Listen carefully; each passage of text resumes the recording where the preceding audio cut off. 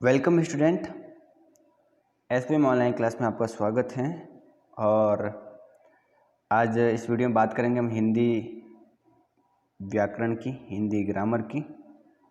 देखिए, हिंदी ग्रामर में हम पर्यायवाची शब्द पढ़ रहे थे। लगभग 50 हमने पर्यायवाची शब्द लिख लिए थे, महत्वपूर्ण पर्यायवाची शब्दों के बारे में। और आज हम उसके आगे लिखते हैं। देखिए, पर्यायवाची शब्द के बारे में आप सभी जानते हो क्या होते हैं। समान अर्थ बताने वाले किसी दूसरे शब्दों के, और ये आपको हिंदी व्याकरण में ज़रूरी है ताकि आपको हिंदी भाषा और संस्कृत भाषा भी सरल लग सके। तो हमने 50 लिख लिए थे और आपने याद भी किए होंगे, ऐसा मुझे विश्वास है। साथ साथ में आप याद भी करते जा रहे होंगे और आपको याद करना है। तो आप आगे लिखेंगे। आज लास्ट में हमने लिखा था सांप के बारे में, सर्प के बारे में लिख लिया था। आज लिखते हैं अपन सोना। सोना मतलब स्वर्ण, जो सोना चांदी होता है उसकी हम बात करें पर्यायवाची। तो सोने को स्वर्ण भी कहते हैं, ठीक है। सोने के और कौन कौन से पर्यायवाची? तो सोने को कनक भी कहते हैं। क्या कहते हैं? कनक। सोने को हरणीय भी कहते हैं। इसके अलावा कंचन भी कहते हैं। हेम सोने का पर्यायवाची है। हेम के अलावा ताम्रस, ये भी सोने का पर्यायवाची शब्द है। अगर और लिखना चाहे तो हाटक भी कहते हैं। जात रूप भी सोने को कहते हैं।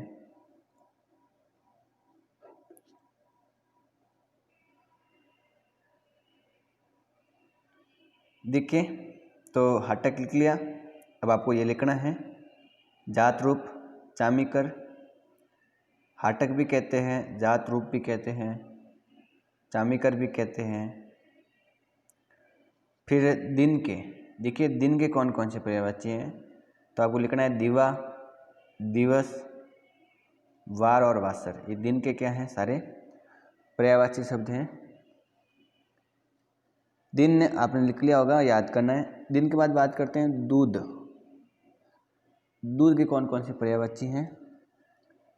दूध को दुग्ध भी कहते हैं, दूध को पेय भी कहते हैं, दूध को चीर भी कहते हैं, अमृत भी दूध को कहते हैं, पानी अमृत, ठीक है। दूध को गोरस भी कहते हैं, ये याद करना आपको महत्वपूर्ण है। आगे लिखना चाहे तो अपन लिखें देव। देव के कौन कौन से पर्यायवाची हैं? देवताओं के हम कौन कौन से हैं? तो देव के अगर पर्यायवाची लिखें तो देवता, अमर वगैरह, सूर, अजर, ठीक है। तो देवता के लिखते हैं तो देवताओं के पर्यायवाची अमर भी हैं। देव के देवता हो गया। सूर भी कहते हैं देवता को। निजर, कभी बूढ़े नहीं होने वाला, बिना कोई जरने वाले। अजर, अमर जो कभी मरता नहीं, अजर जो कभी बूढ़ा नहीं होता, उसे अजर कहते हैं। देवता कभी बूढ़े नहीं होते हैं, अमृत पिया हुआ है। आदित्य भी कहते हैं देवताओं को, ठीक है। तो ये देवताओं के पर्यायवाची हो गए। इसके अलावा अपन आगे लिखना चाहे तो धन के कौन कौन से पर्यायवाची, धन को और क्या क्या कहते हैं, ठीक है। धन के बहुत सारे पर्यायवाची हैं, तो आप लिख सकते हो धन के पर्यायवाची शब्दों में। धन को संपत्ति भी कहते हैं,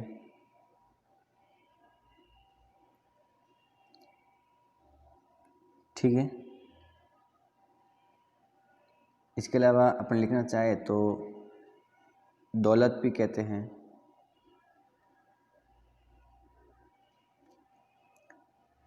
संपदा भी कहते हैं धन को, समृद्धि भी कहते हैं धन को, हम कह सकते हैं वित्त भी कहते हैं। सब धन के पर्यायवाची शब्द हैं।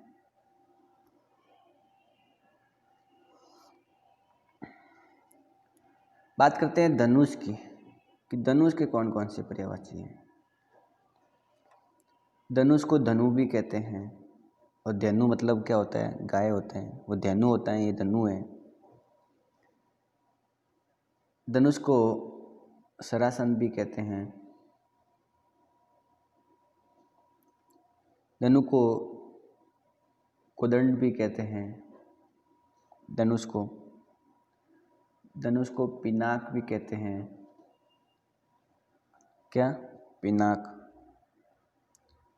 धनुष को कमान भी कहते हैं, कमान, तीर कमान लेकर, ठीक है। तो ये सब धनुष के पर्यायवाची शब्द हो गए।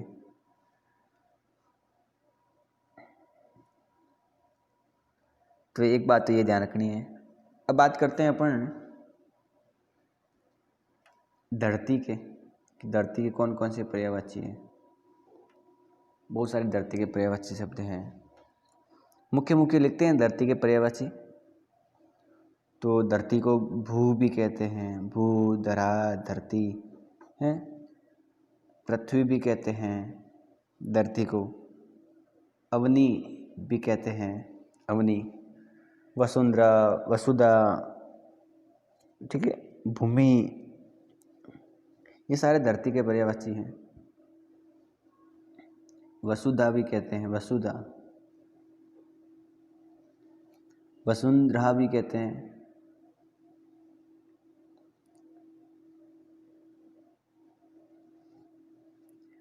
धरती को मेदिनी भी कहते हैं।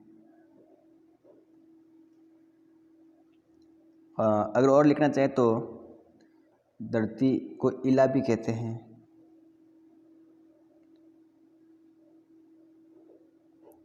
धरणी भी कहते हैं, भूमि भी कहते हैं, मही भी कहते हैं, अचला भी कहते हैं। अचला जो चलती नहीं है, एक जगह पर है, अचल है, ठीक है। ये सारे धरती के पर्यायवाची हैं। आगे लिखना चाहे तो अपन नदी के लिख सकते हैं, कि नदी को क्या क्या कहते हैं, ठीक है। नदी के, तो नदी के बहुत सारे हैं। जैसे नदी को सरिता भी कहते हैं, तो लिखेंगे अपन पर्यायवाची, नदी को सरिता भी कहते हैं। नदी को तटिनी भी कहते हैं, तटिनी, तो तटिनी भी नदी का हो गया। नदी को तरंगिणी भी कहते हैं। नदी को शैलजा भी कहते हैं, पत्थरों से जन्मी हुई, शैल से जन्म लिया हुआ। नदी को वाहिनी भी कहते हैं, वाहिनी, आपगा भी कहते हैं नदी को, ठीक है। सिंधु गामिनी भी कहते हैं, सिंधु समुद्र में जाने वाली, समुद्र में गमन करने वाली, ठीक है। तो सिंधु गामिनी भी कहते हैं, ये गामिनी, ठीक है, ये आपको लिखना है। अगर आगे लिखना चाहें अपन तो नाव के पर्यायवाची कौन कौन से हैं, तो नाव को नौका भी कहते हैं, पर्यायवाची हैं। नाव को पतंग भी कहते हैं, ठीक है। नाव को नाव भी कहते हैं। नाव के अगर और लिखना चाहें तो तरिणी भी हैं, ठीक है। नाव को नैया, ठीक है, जलयान, ये सब नाव के हैं पर्यायवाची। ये सारे आपको याद करने हैं। आगे अगर लिखना चाहें अपन तो पत्नी के कौन कौन से पर्यायवाची शब्द हैं। पत्नी, देखो पत्नी को क्या क्या कहते हैं, तो ध्यान रखना, कांता पत्नी का पर्यायवाची है, भार्या पत्नी का है। अगर लिखना चाहे तो वल्लभा पत्नी का पर्यायवाची शब्द है। ठीक है। दारा, वामा, त्रिया, ये सब पत्नी के पर्यायवाची हैं। अर्धांगिनी ये भी कहते हैं, पत्नी को अर्धांगिनी भी कहते हैं। अगर और लिखना चाहे तो पर्वत के पर्यायवाची कौन कौन से हैं, पर्वत को क्या क्या कहते हैं, तो पर्वत पहाड़। ठीक है। और अगर लिखना चाहे तो पर्वत के गिरी। ठीक है। इसके अलावा पर्वत को शैल भी कहते हैं, नग भी कहते हैं, भूधर भी कहते हैं, अचल भी कहते हैं, जो चलता नहीं है अचल। महीधर, मही धरती का पर्यायवाची है, मही धरती को धारण करने वाला, महीधर। तो ये सारे आपको याद करने हैं, किसके हैं, पर्वत के पर्यायवाची शब्द हैं। पर्वत के बाद लिखते हैं पवन। पवन के बहुत सारे हैं। पवन मतलब वायु, वायु, वात, हवा, समीर। ठीक है। अनिल भी हवा का पर्यायवाची है। मारुत, मारुति नंदन कहते हैं ना पवन पुत्र को, तो मारुति ने हवा होता है, नंदन ने बेटा। ठीक है। इसके अलावा लिखना चाहे तो बयार भी कहते हैं। ये सारे इसके हैं। आगे लिखें अपन तो पुष्प। पुष्प यानी फूल। फूल के कौन कौन से हैं, तो प्रसून एक तो हो गया, गुल भी हो गया, सुमन फूल को कहते हैं सुमन, कुसुम। ठीक है। फूल भी कहते हैं। और लिखना चाहे तो अपन लिख सकते हैं पुहुप भी कहते हैं फूल को, पुहुप। ये भी फूल के पर्यायवाची शब्द है।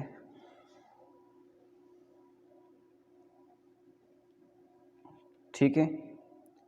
अब लिखते हैं अपन फूल के अलावा बंदर के कौन कौन से पर्यायवाची है। बंदर का नाम तो सुना होगा आपने। बंदर के कौन कौन से पर्यायवाची हैं, तो अपन लिख सकते हैं बंदर के जिसके अंदर, बंदर को कपि भी कहते हैं। ठीक है। बंदर को मरकट भी कहते हैं। क्या कहते हैं, मरकट, ये भी इसके पर्यायवाची हैं। बंदर को किस भी कहते हैं। वानर मतलब बंदर का पर्यायवाची है। और आपको बता देगा हरी बंदर को कहते हैं। बंदर को शाखा मृग भी कहते हैं। ये सब बंदर के पर्यायवाची हैं। ठीक है। तो ये आपको याद करने हैं, बड़े राइटिंग में लिखने भी हैं।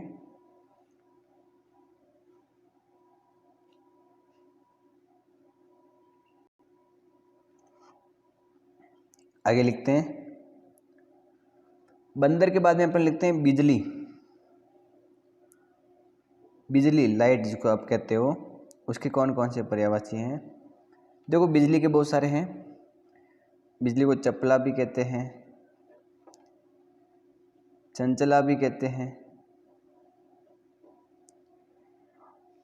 बिजली को अगर हम लिखें तो तड़ित, विद्युत, बहुत सारे नाम है। तड़ित, विद्युत, दामिनी भी कहते हैं, दामिनी। ठीक है। ये सारे बिजली के पर्यायवाची शब्द हैं।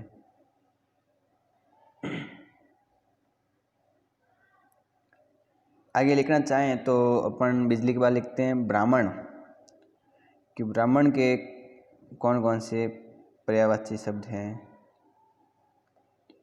तो ब्राह्मण के लिखते हैं, ब्राह्मण को द्विज भी कहते हैं, विप्र भी कहते हैं, द्विज, विप्र, महिदेव। ठीक है। भूमिसूर, भूदेव भी कहते हैं ब्राह्मणों को। ये सारे ब्राह्मण के पर्यायवाची शब्द हैं। आगे लिखते हैं अपन भौरा, फूलों पर भौं भौं करने वाला, बिन बिन बिनाने वाला। भौरे, भम्र भी किसको कहते हैं, बहुत सारे हैं, इसका ध्यान रखना है आपको। तो भौरे को मधुप भी कहते हैं, मधुप, मधुकर भी कहते हैं। चटपद भी कहते हैं, चटपद, चट यानी 6 पैर वाला, ठीक है।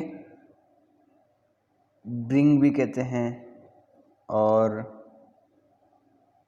भौरा भी कहते हैं।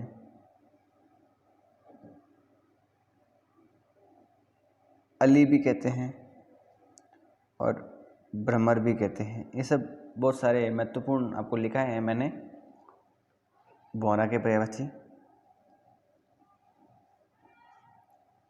ठीक है। इसके अलावा बात करें तो मछली के कौन कौन से पर्यायवाची हैं, तो आप लिख सकते हो उसके मत्स्य भी कहते हैं, मत्स्य। मछली को मीन भी कहते हैं, जख भी कहते हैं,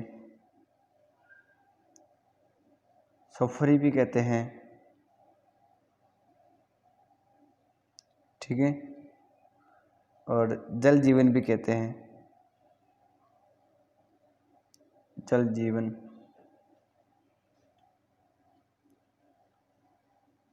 इसके अलावा बात करते हैं अपन आगे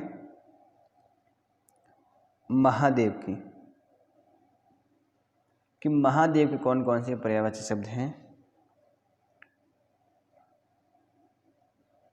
महादेव, देखिए महादेव की बात करते हैं। महादेव के पर्यायवाची हैं शिव,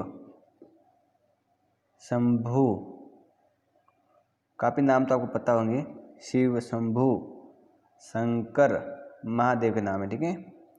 कैलाशनाथ,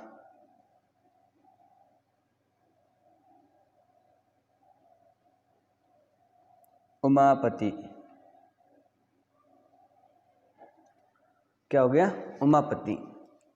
इसके अलावा बहुत सारे नाम है अपना और लिख सकते हैं। त्रिलोचन महादेव को भी कहते हैं, त्रिलोचन, त्रि यानी 3, लोचन यानी आँखें होती हैं, आँख के पर्यायवाची लिखा है ना, नेत्र, लोचन, 3 आँखें वाले, त्रिलोचन। चंद्रशेखर, जिसके सिर पर चंद्रमा हो, चंद्रशेखर। विदुशेखर, एक ही बात है, ठीक है। और अगर लिखना चाहें तो भगवान शिव के बहुत सारे हैं। भगवान शिव को पशुपति भी कहते हैं,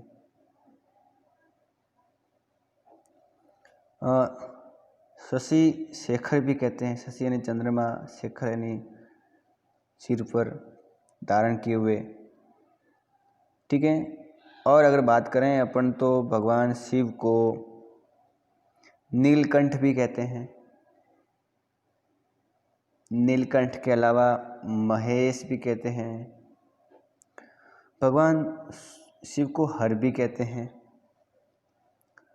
भूतेश भी कहते हैं भगवान शिव को, ठीक है। तो बहुत सारे पर्यायवाची हैं, अपन महत्वपूर्ण लिख रहे हैं। और महाद्वीप के अलावा फिर बात करते हैं अपन बादल की या मेघ की। बहुत सारे नाम है मेघ के भी पर्यायवाची शब्दों में। तो मेघ की बात करते हैं तो मेघ को कहते हैं गन, बादल, ठीक है।